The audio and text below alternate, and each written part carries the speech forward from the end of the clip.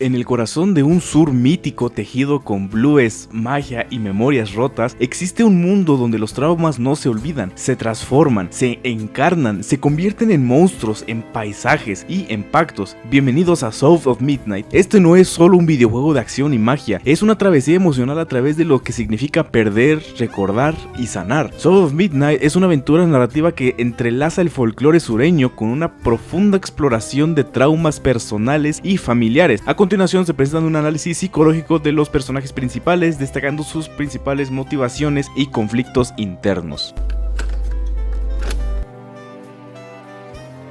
A talking fish? No, ain't no way.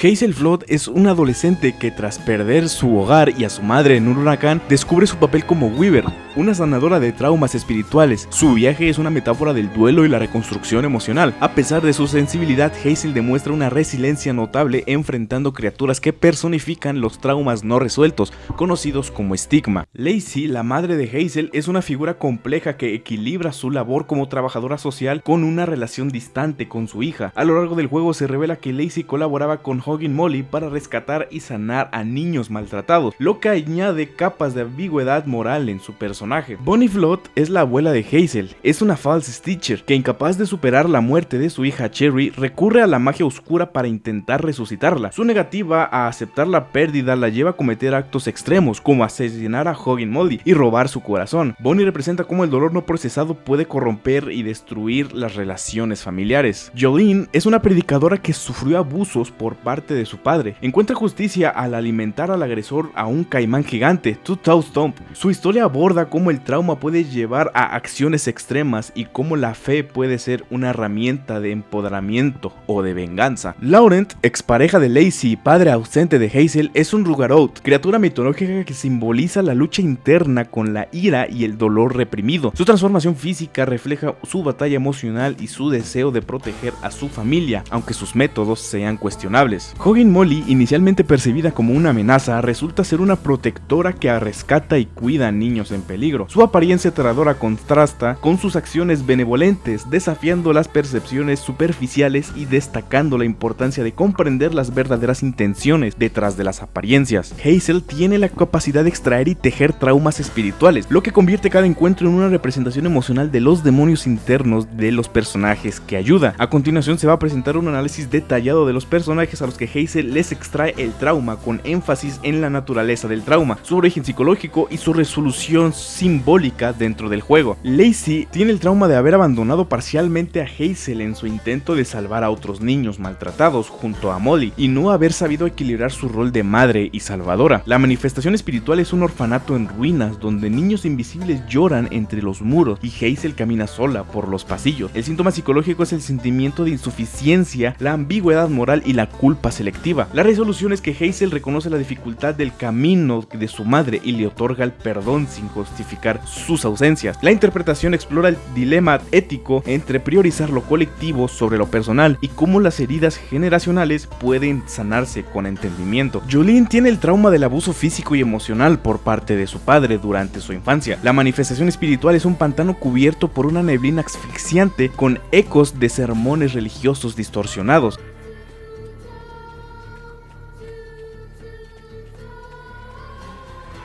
La figura de su padre aparece como un espectro que repite frases de justificación. El síntoma psicológico, trastorno de estrés postraumático, culpa mezclada con justicia vigilante. La resolución es que al extraer el trauma, Hazel permite que Jolene vea a su acción vengativa no como un acto de maldad, sino como un grito desesperado de liberación. El pantano se transforma en un jardín sumergido donde Jolene finalmente puede orar en paz. La interpretación es una crítica del uso de la religión como justificación para el abuso y una afirmación del derecho de la víctima a ser escuchada. Laurent tiene el trauma de culpa por abandonar a Hazel y a Lacey y por su incapacidad de controlar su rabia, que es manifestada en su forma de Rugaroth. La manifestación espiritual es una cabaña destrozada donde los espejos reflejan versiones distorsionadas de Laurent atacando a su familia. El síntoma psicológico es la disociación, la ira incontrolada y la culpa severa. La resolución es que Hazel enfrenta a su padre no con odio sino con compasión, permitiéndole enfrentar cambiar sus propios reflejos, sin violencia. La interpretación que la aceptación del dolor como paso necesario hacia el perdón y la reintegración familiar. Hogan Molly tiene el trauma de ser malinterpretada y temida por su apariencia. A pesar de ser una protectora de niños, la manifestación espiritual es una mansión deshecha en el bosque donde los monstruos susurran monstruo detrás de las paredes. El síntoma psicológico como tal es el aislamiento crónico y la identidad dividida entre protector y amenaza. La resolución es que al liberar el trauma, Hazel permite que los espíritus de los niños a los que Molly protegió aparezcan y la abracen, devolviéndole su humanidad. La interpretación en el juego es la subvierte en la imagen del monstruo al mostrar cómo el miedo colectivo puede dañar incluso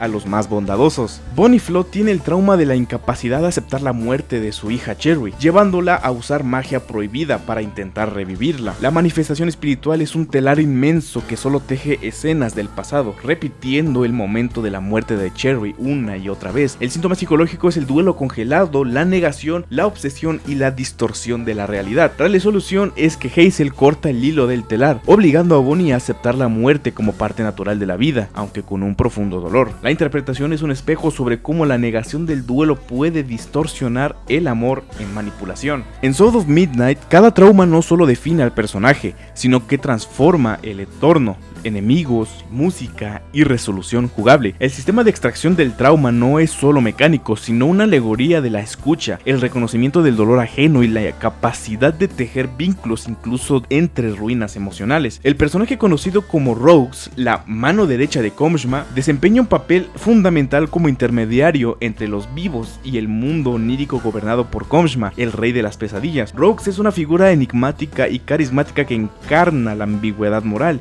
y complejidad emocional. Rogues actúa como un psicopombo, guiando las almas atrapadas por sus propios traumas y emociones no resueltas hacia la ciudad en el tapiz, un lugar donde Kojma se alimenta de sus sueños y sus pesadillas. Su presencia está inspirada en la figura del diablo en el folclore sureño, especialmente en la leyenda del cruce de caminos, donde se dice que el diablo ofrece pactos a cambio del alma de los incautos. Rogues es descrito como afablemente malvado, es cortés, encantador y siempre mantiene su palabra, pero esta dualidad lo convierte en una representación de la tentación y la manipulación, ofreciendo soluciones aparentemente beneficiosas que en realidad perpetúan el ciclo del sufrimiento. Las interacciones clave es cuando Hazel busca rescatar a su madre. Rogues le propone un trato, le ayudará a cambio de un favor mutuo. Este acuerdo refleja la clásica narrativa de los pactos faustianos, donde el deseo de resolver un problema inmediato lleva a consecuencias a largo plazo. Más adelante, Rogues cobra su favor solicitando que Hazel entregue un cepillo mágico a su abuela Bonnie, lo que resulta en que Bonnie sea llevada al reino de Kojma, atrapada en una ilusión donde puede reunirse con su hija fallecida. Aunque Rogues sirve a Kojma,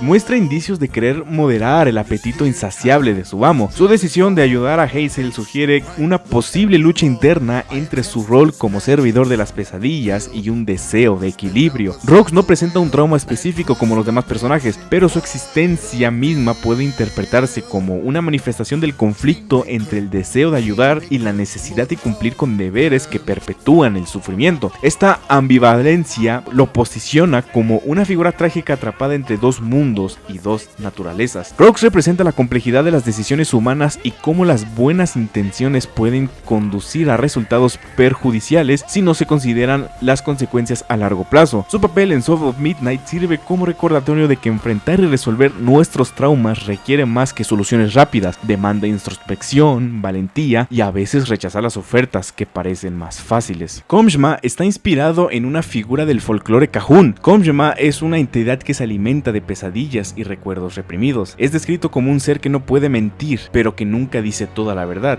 y vive en un mundo onírico tejido con los miedos no procesados de las personas. Su dominio está construido literalmente a partir de los traumas no resueltos, creando un mundo que es tanto prisión como espejo emocional. Kojma, como simbolismo del inconsciente colectivo, es la sombra total, no de una persona, sino del conjunto de las personas que han reprimido dolor, miedo, culpa o deseo. Se comporta como un devorador de identidad, similar a lo que Jung llamaría una inflación de la sombra. Cuando no reconoces tus propios traumas, estos se manifiestan como entidades externas internas que te dominan. Su poder crece cuanto más se niega el sufrimiento, lo que lo convierte en un símbolo del trauma no integrado. Kojma y Rogues como tal es el emisario carismático, Kojma es el núcleo del trauma. Psicológicamente, Rogues representa la función racionalizante del trauma, lo que suaviza el dolor y lo convierte en un relato útil, incluso tentador. Kojma en cambio representa la irracionalidad cruda y abrumadora, el núcleo de la herida psíquica que nunca se verbaliza. En terapia, esto se asemeja a la relación entre el mecanismo de defensa, que sería Rogues, y el material reprimido real, que sería Kojma. Kojma no es el villano tradicional, es el trauma de una forma más pura, silencioso, envolvente, lógico desde su dolor, implacable de igual forma. Su poder nace del dolor no escuchado. Hazel como tejedora no destruye a Kojma, lo enfrenta, lo comprende y al hacerlo empieza a deshacer el tapiz del trauma, una acción profundamente simbólica de lo que significa sanar, no borrar el pasado, sino reconocerlo, integrarlo y transformarlo.